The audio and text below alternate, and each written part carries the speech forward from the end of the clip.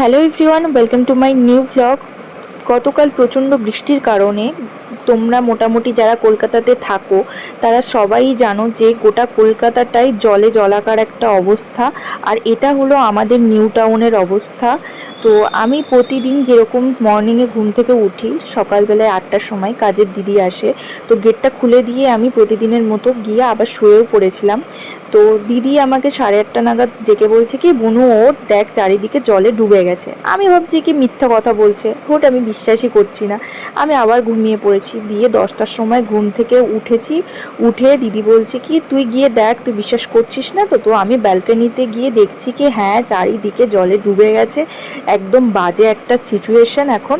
তো আমি তাড়াতাড়ি একটু ব্রাশটা করে আমি দিদিকে বললাম, দাঁড়া আমি একটু নিচ থেকে ঘুরে আসি, যে দেখে আসি কেমন কি হয়েছে।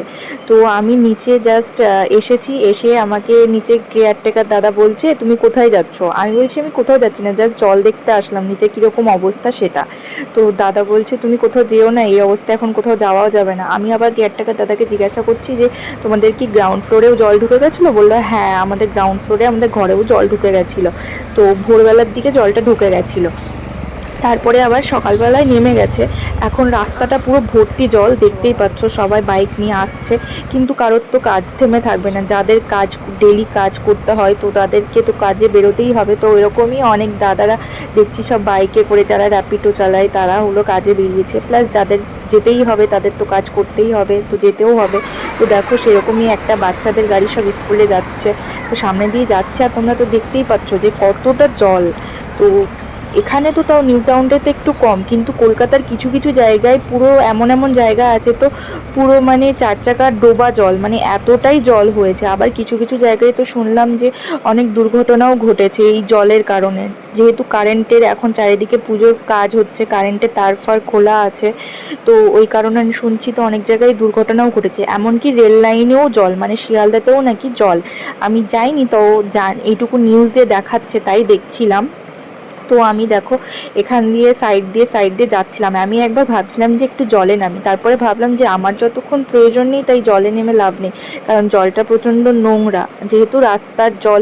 আর তার থেকে বড় কথা, চারিদিকে যত নোংরা সব এখন এই জলের মধ্যে আছে। তো আমার তো কোনো প্রয়োজন নেই নামার, তাই জন্য আমি আর জলেও নামিনি। তারপরে দেখো নিচ থেকে আমি চলে যাচ্ছি ওপরে। ছাদে কি অবস্থা তোমাদেরকে একটু দেখাই। প্রচণ্ড ভালো।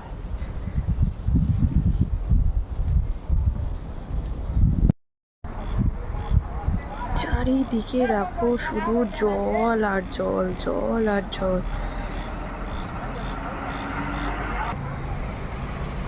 এইদিকেও দেখো জল, মানে সব দিকে জল, সব দিকে। পুরে এতটা রোদ আর এতটা গরম, মানে থাকা যাচ্ছে না। নিচে চলে যাবো তাই জন্য।